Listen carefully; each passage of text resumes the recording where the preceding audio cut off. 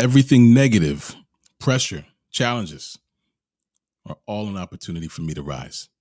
Kobe Bryant said that, and I'm saying this. Welcome to High and Low.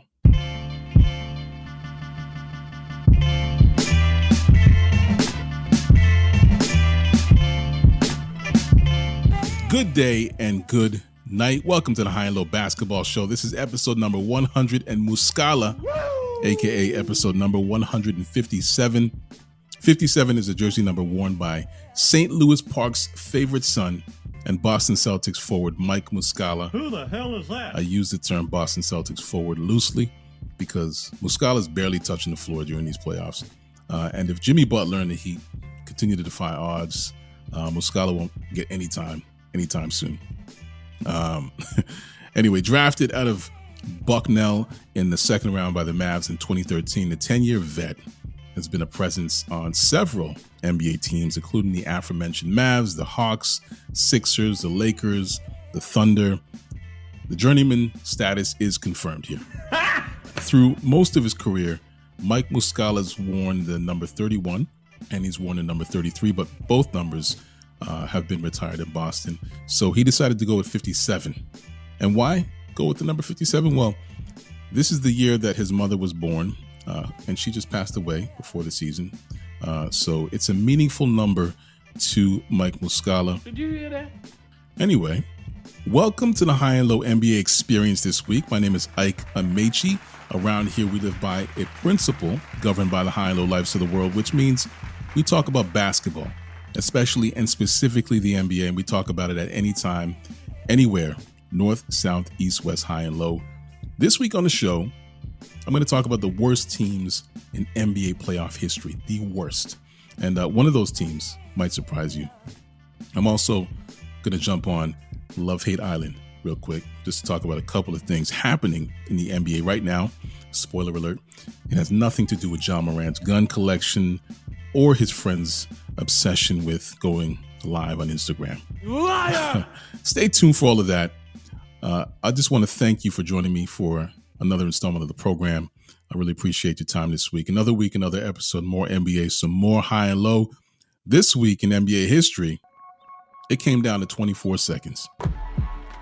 On May 25th, 1992, the basketball world mourned the loss of a true innovator and game changer, Danny Biasone, who passed away in Syracuse at the age of 83.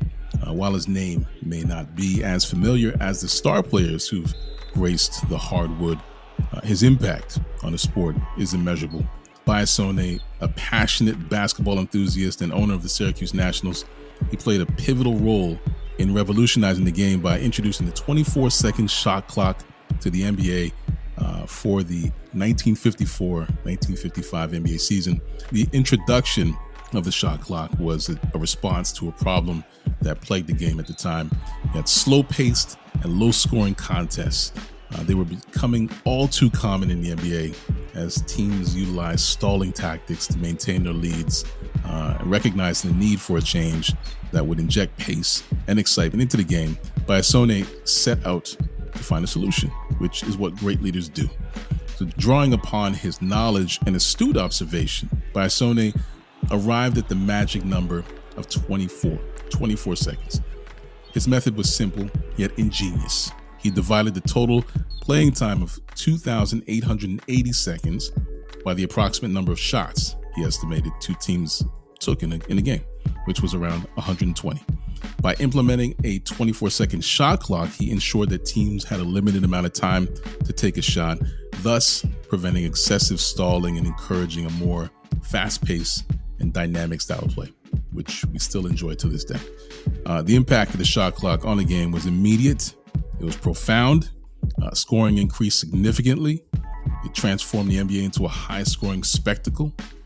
It's the same spectacle that we see in the game today. The shot clock injected a sense of urgency. It forced teams to make quick decisions and engage in continuous action, constant movement. It revolutionized the way the game was played, just captivated fans with its thrilling displays of athleticism and skill. Yes, athleticism and skill. That's what the NBA is all about. Danny Biasone's visionary contribution to the sport of basketball cannot be overstated. I must say this. His introduction of the shot clock, not only did it revitalize the game, but it also set a precedent for future innovations and changes that were aimed at improving the overall experience for players and fans alike. I think it's safe to say that the 24-second shot clock and the three-point line have been the most innovative changes in NBA history. I wonder if people will embrace a 4-point line or 4-point shot in a similar way. Not to say that's going to happen. Don't quote me, but we could be going in that direction. Anyway, that's a little something for the NBA history nerds. Things are certainly happening in the NBA today, so let's talk about it. Let's talk about something important. I usually have listener questions in the mailbag and ready to address at this point in the show. However, I think I'll hold on to the questions until next week when I'm joined by the others. Forgive me for othering. But yeah, I'm going to be joined by the Mandem next week. So instead of hoarding all the fun for myself, we'll hold off and instead we'll take a trip to Love-Hate Island this week because these are the playoffs. And there are so many things in the playoffs to love, but there are a few things to hate. A few things. But yeah, again, so many things to love. Starting with the playoffs overall. So let me just say my condolences to fans in Phoenix, Milwaukee, and Philly. You were truly victimized by the NBA playoff chaos theory. We have an 8 seed in the Eastern Conference Finals and a 7 seed in the West. And they're not looking like underdogs. They look like they belong. Lakers and Heat look like contenders. Nothing Cinderella about either team, but the unpredictability of the playoffs have definitely had their casualties. So I'll leave it at that. With that said, what I am loving right now are the Western Conference Finals, Nuggets versus Lakers. There are a couple things happening, and it's all beautiful. We can all agree that Joel Embiid's MVP crowning was a bit of a surprise. It was an upset, if you will. Despite Nikola Jokic having a textbook MVP-like season, and I use the term textbook, but there was really nothing textbook about it. This was more than an MVP-like season, but he was inextricably passed over for what would have been his third straight MVP. But the league's fascination with narrative over substance, well, it's just snatched that honor straight out of the hands of the Joker. And it's comedically ironic that one of the voters who did not even have Jokic in his top 5, Mark Jackson, well, he has to call these games in this series, a series that puts Jokic and his brilliance front and center, and it allows all haters and naysayers to see him cook, forcing them to see what they ignored or refused to see all season long. And you can't change the channel, can't switch over to another game. This is all that's playing right now. And in Mark Jackson's case, you worked the game you were told to work. To a lesser extent, same could be said about Jamal Murray. Jamal freaking Murray. When he's peaking, when he's flambeing the defense, like what he did in the bubble, Denver can't be beat. Or at least it's very difficult to beat them. The Lakers found out the hard way in game 2. And this series gives everyone this uninterrupted, unobstructed view of Jamal Murray. Jamal freaking Murray. Bubble Murray, if you will. And Michael Porter Jr., MPJ. It's funny. Very funny. Both Murray and MPJ are the Nuggets' most gifted scorers. Now, Jokic is the best player on that team. He's the point guard. Well, he's their point center. And it's crazy to say that out loud, but he is. He facilitates the action better than anyone in the league. And when Murray and MPJ are clicking and operating in peak form around Jokic, again, Denver, hard to beat. Hard to beat. But I love watching it. All right, you guys, what's next? So I just want to move over to the other side of Love-Hate Island just for a moment. Let me talk about something that's getting on my nerves. Actually, scratch that. It's been on my nerves. But we're at a tipping point now. So I understand the need to review plays to ensure that the calls are accurate, especially at crucial moments in the game. Coaches will be strategic because if they ask for a review of a play and lose, there goes that timeout, which you need sometimes. So you'll often see it utilized in the fourth quarter. You're right. Close game where the value of a possession is amplified tenfold. What I can't stand, what I hate is players blowing a layup, absolutely selling, swearing they got fouled, and they look straight over to the bench. Like immediately look at the coaches and the bench, spinning their finger in the air, asking their coach to review the play at a moment that makes like no sense. Like 2 minutes into the second quarter, and they're asking, can you review the play? And it's now become a part of that cycle of crying and complaining we see in the game night in, night out, because, of course, no call is ever correct, and players are always right. I'm being sarcastic, by the way. Let the coaches coach, and players just play. Don't shut up and dribble. I'm just saying, just let the players play. The players just need to focus on playing. Let your coaches handle all that stuff.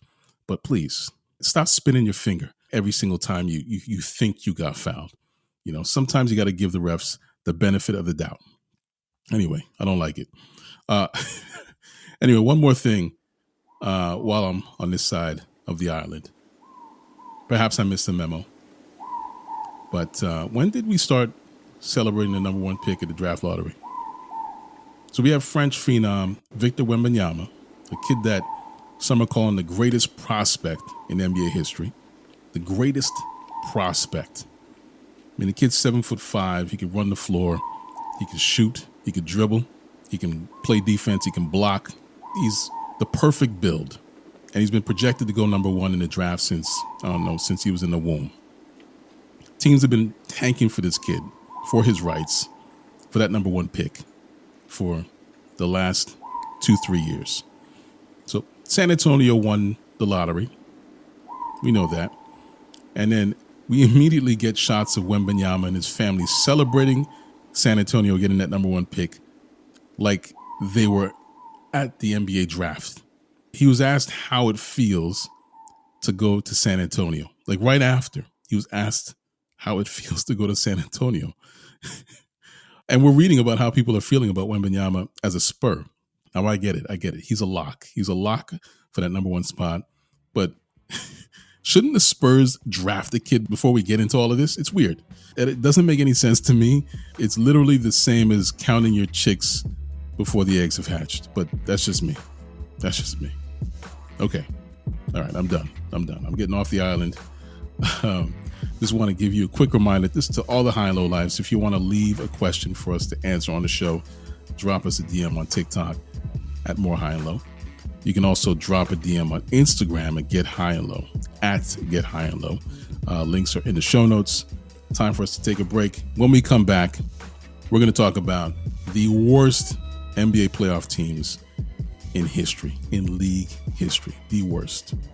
We'll be right back with More High and Low.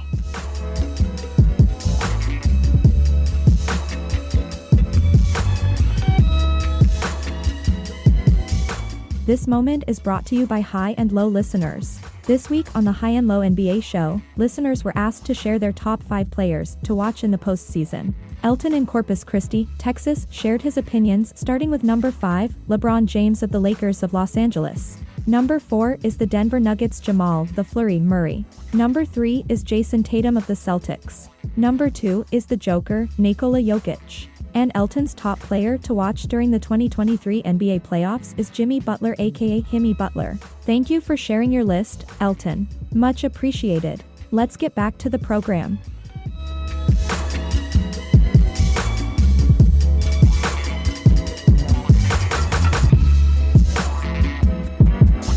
Welcome back to the High and Low NBA show. I'm Ike Amaechi. Picture this. The world of basketball, where triumph and defeat dance together in a chaotic tango in this realm of hoop dreams. Love that movie. Hoop dreams and broken ankles. There exists a peculiar phenomenon, a paradoxical tale of the worst playoff teams in NBA history. It sounds like an oxymoron. Gather around as we dive into these comical chronicles of these two teams where surprising journeys collided with inevitable collapses. I want to start our adventure with the 1953 Baltimore Bullets. Now, these folks had a regular season record that would make even the most loyal fan cringe. With a measly 16 wins and a ballooned 54 losses, they weren't exactly the darlings of the court, yet somehow they slipped through the cracks of mediocrity and waltzed their way into the NBA playoffs in 1953. It was a feat that defied logic, left pundits scratching their heads and opponents just chuckling under their breath. Led by a 5'10 guard by the name of Fred Scolari and their coach Claire B. Who the hell is that? The Bullets fancied themselves as underdogs with a touch of moxie. Let me just use a word from the era, a touch of moxie, and then defied the odds, earning their ticket to the playoffs. The experts and analysts were pretty much dumbfounded. How could a team with such a ridiculous record find themselves among the elite of the NBA, which is what the NBA playoffs were? Well, the answer lay in the peculiar playoff system of the time. Now, during that era, the NBA had a division-based playoff format, which meant that the top 4 teams from each division secured a playoff spot, regardless of their overall record. In 1953, there were only 2 divisions, an Eastern Division and a Western Division, 5 teams per division. Now, for the Bullets, they were in the Western Division, which was considered the weaker division in the league due to the fact that it was home to the Bullets and the Philadelphia Warriors, who managed to finish below the Bullets in the standings. Embarrassing. The Milwaukee Hawks finished with 11 more wins than the Bullets and missed the playoffs because they were in the Eastern Division. Tragic. Good God, that's going too far. So despite the comedy of errors leading to Baltimore's inclusion in the 1953 NBA playoffs, the Bullets had the audacity to believe that their subpar record was just a facade, a clever ruse to lure their unsuspecting playoff opponents into a false sense of security. With boundless optimism and a healthy dose of delusion, which I think is what you need in those situations, they stepped onto the hardwood, ready to show the world that miracles do happen, though usually only in the movies. In a twist that would make even the most seasoned soap opera writer envious, the Bullets found themselves in a showdown with the mighty New York Knicks. Now, the Knicks were no pushovers, armed with the likes of Harry Gallatin and Max Zaslofsky. They were ready to feast on the Bullets' dreams like a hungry lion devouring its prey, but the Bullets weren't about to go down without a fight that was destined to be comically futile. Against all odds, the Bullets pushed the series to a decisive second game, which is another way of saying they got swept in 2 games. See, in this playoff format, the first round was a best-of-3 series. Neither game was close. It was a classic case of David versus Goliath, except David came to the fight, forgot his slingshot, and Goliath was sporting a bemused grin, ready to go in for the kill. And just like that, I'm going to mix my metaphors here. Their Cinderella story was torn to shreds. The glass slipper shattered into 1,000 pieces. Yeah, rough. Anyway, bad playoff team. The worst. We're going to take a break, though. When we come back, I'm going to talk about the next worst NBA playoff team in history. We'll be right back with more High and Low.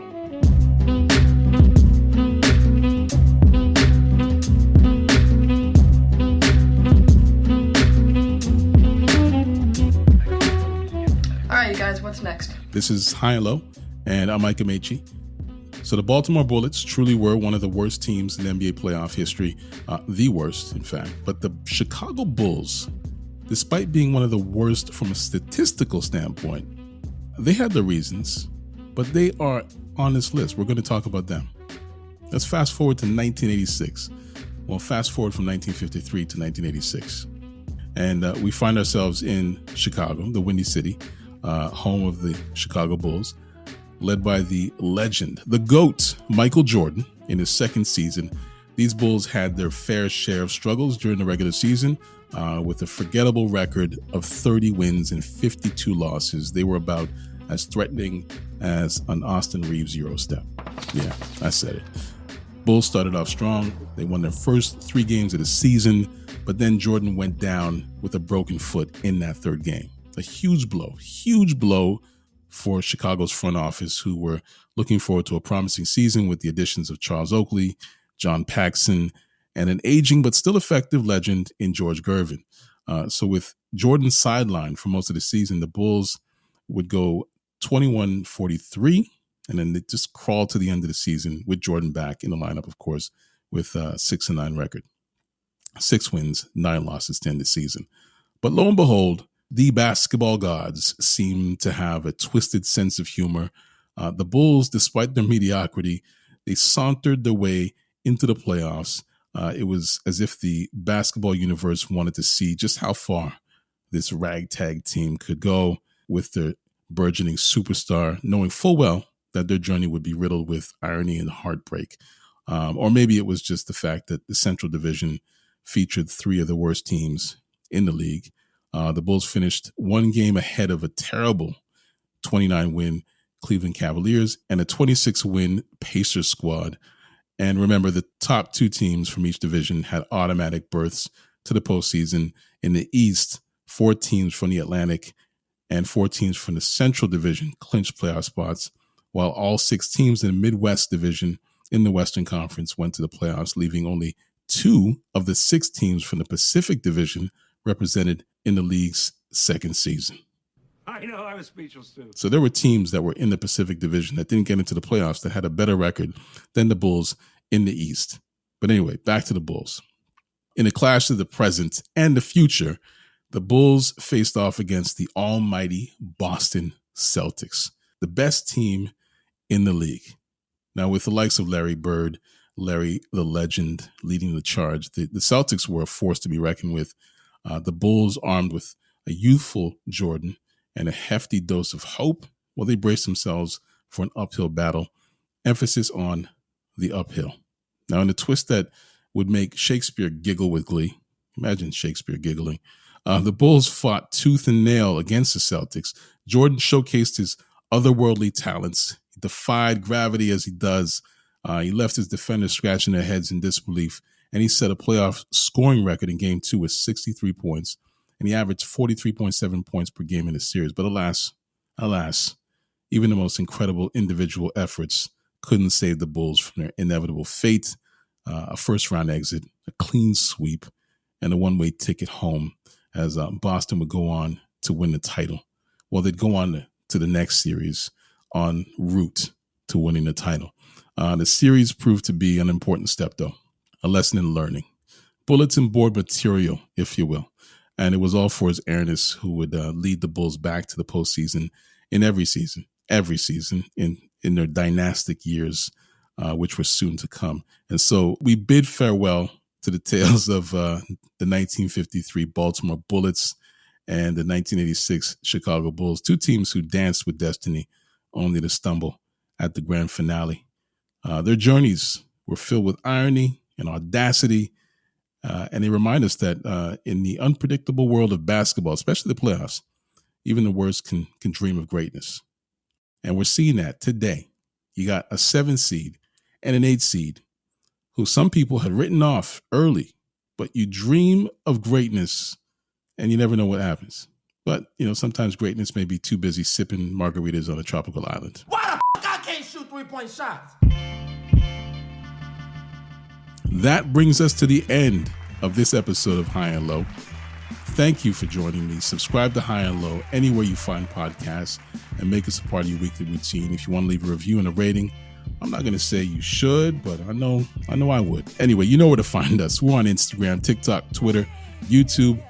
Links to those are all in the show notes just to make it easy for you to find. Once again, the music is by Live of the Enjoy Music Group. You can find Live on Twitter and on Instagram at LYVE. Additional music is by Sonny Rockwell of The Goodness. You can't find that guy anywhere. Sound design is by Vonn+Abrahamm. This is a Vonn+Abrahamm podcast, just in case you didn't know. So, on behalf of the residents of Love Hate Island, I'm Ike Amaechi. Thank you for listening to High and Low, and I'll talk to you next week.